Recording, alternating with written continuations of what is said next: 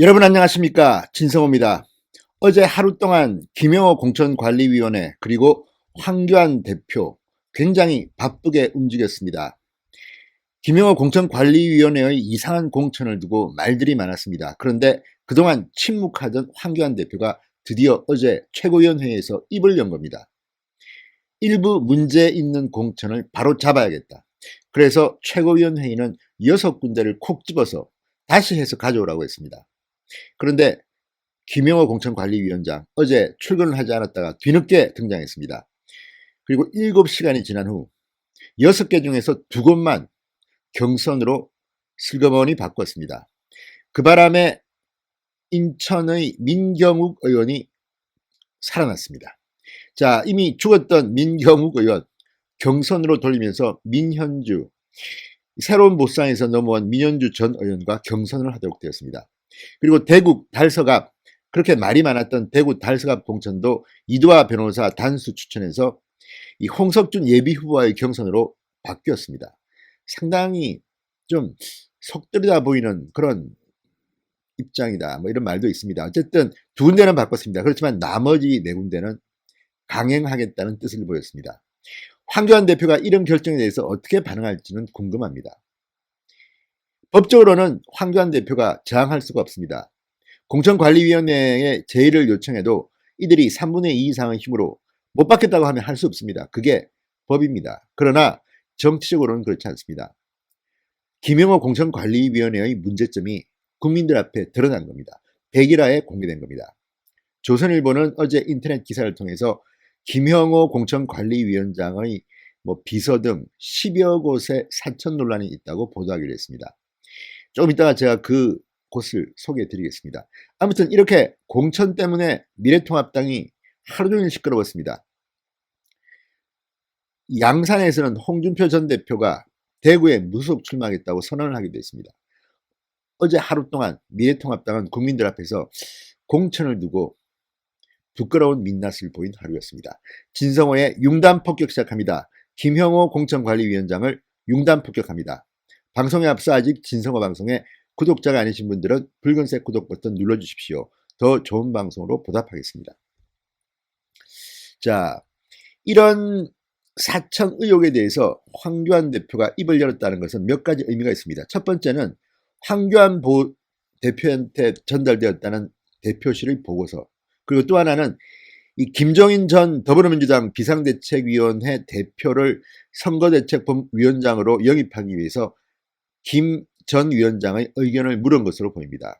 김종인 씨는 공천이 상당히 잘못됐다, 이거를 바로잡지 않으면 나는 선거대책위원장을 맡을 수 없다고 말했다, 이렇게 언론에 보도되고 있습니다. 실제 김종인 씨는 이 경향신문 등 일부 언론과의 인터뷰에서 강남구 갑을, 그러니까 태영호 전 북한 영국 주재 공사, 그리고 최홍, 이 강남을의 전략공천된 최홍 씨 등에 대해서 김형호 공천위원회의 결정이 잘못됐다, 이렇게 이 김 전 비대위 위원장이 말했다는 보도를 하고 있습니다.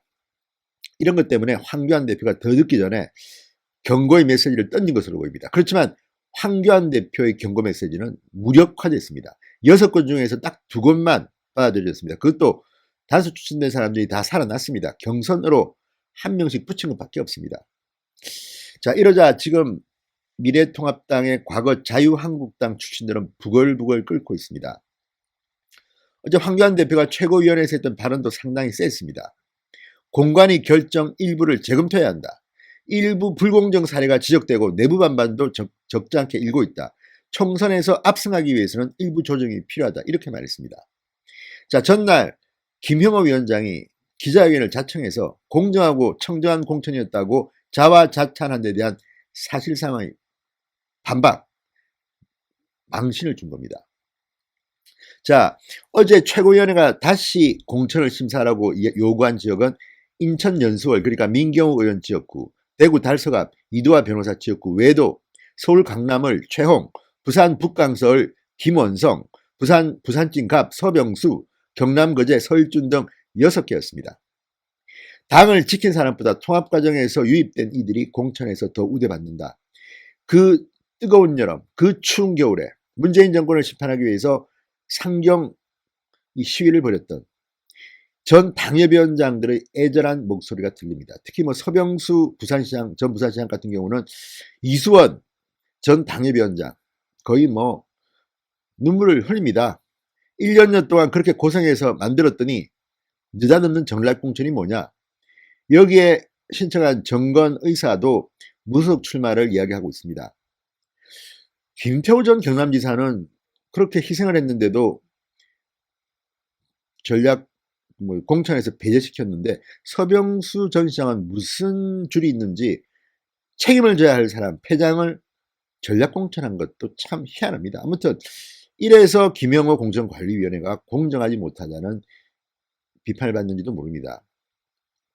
김원성 부산 북강서울 지역구 공천자도 전진당에서 왔습니다. 이현조 의원이 있는 전진당에서 와서 지금 최고위원인데 이유를 알 수 없는 단수 추천을 했다고 지금 비난이 들끓습니다. CJ ENM 아주 좋은 회사에 오랫동안 근무하다가 갑자기 나타나서 출판 기념회하고 전진당에 있었다는 이유로 꽃가마를 태운 겁니다. 이런 것들이 과연 부산 시민들에게는 어떻게 되실까요? 노무현 정신을 개성하겠다고 하는 김원성 씨. 밖에서 보면 무조건 공천을 주는 모양입니다. 이 김형호 공천관리위원회는.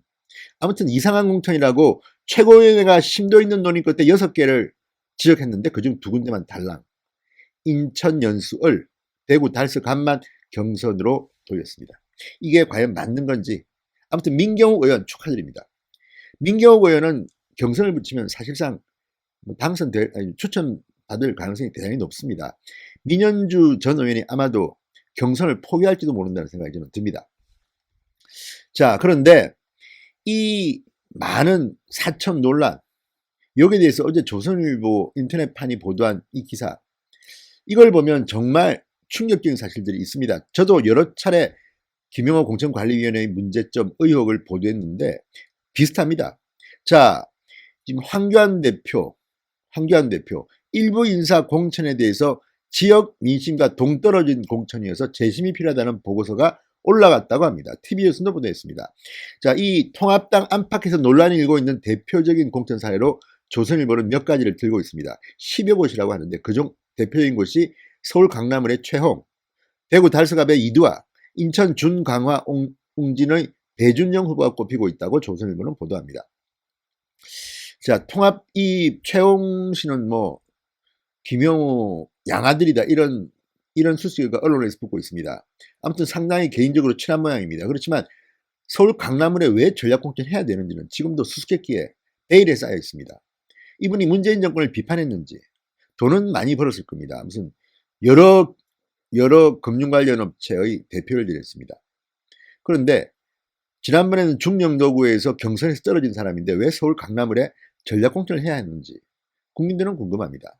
이도하 변호사를 제가 지난번에 이야기했기 때문에 생략하고 배준영 후보 인천 중강화 웅진도 여기에 있는 안상수 의원을 드러내서 윤상현 의원 지역구로 전략공천하고 배준영 후보가 단독으로 받았는데 이 배준영 후보도 김영호 국회의장 시절에 여기서 공보라인에 있었던 측근입니다. 자, 이런 것 때문에 문제가 되고 있는 것이고요. 맥쿼리 투자신탁운용 대표 출신인 최홍 씨는 아무튼 좀 김형호 위원장이 정계 은퇴를 하면서 이 후계자로 키웠다 이런 말이 언론에서 보도될 만큼 절친한 사이인데 그렇게 됐고, 또 이 배준영 후보는 부대변인을 했고 국회의장 시절에. 자, 또 황보승이 예비후보 중령도구에 경선을 붙였는데 이 경우는 김영호 전 의장의 비서를 지냈던 경력. 자, 그리고 지금 이 외에도 북강서울에 단수 공천된 김원성 후보, 자, 민현주 전 의원, 이 외에도 지금 여러 명이 지금 거론되고 있습니다. 권성동 의원이 공천 배제되고 그 자리에 홍윤식 전 행정자치부 장관이 전략 공천된 것도 재검토해야 된다. 그러니까 권성동 의원이 공천 배제된 것은 있을 수 있는 일입니다. 탄핵 당시 법사위원장으로 그 앞에 섰던 사람이기 때문에 권성동 의원을 뭐 공천 배제하는 건 그렇다 치지만 왜 그 자리에 홍윤식 전 장관을 전략 공천하느냐. 여기에 대해서도 지금 부글부글 끓고 있습니다. 자, 통합당 원외 당협위원장들은 12일 오전 서울 여의도 국회에 출근하는 황교안 대표를 향해서 김형호 공천관리위원장 사퇴, 공정공천을 요구했습니다. 지금 조선일보가 지금 지적하는 이 많은 사천 의혹들, 이 의혹들에 대해서 과연 김형호 위원장은 제대로 답했을까요? 그렇지는 않습니다. 자, 김형호 위원장이 엊그제 기자회견을 자청했습니다. 12일 날. 그리고 터무니없다. 사천 논란에 대해서 사천은 보수 정책의 산물이고 나는 일주일 후면 시민으로 돌아갈 사람이다. 지금 공천위원 한 분 한 분이 모두 그렇다.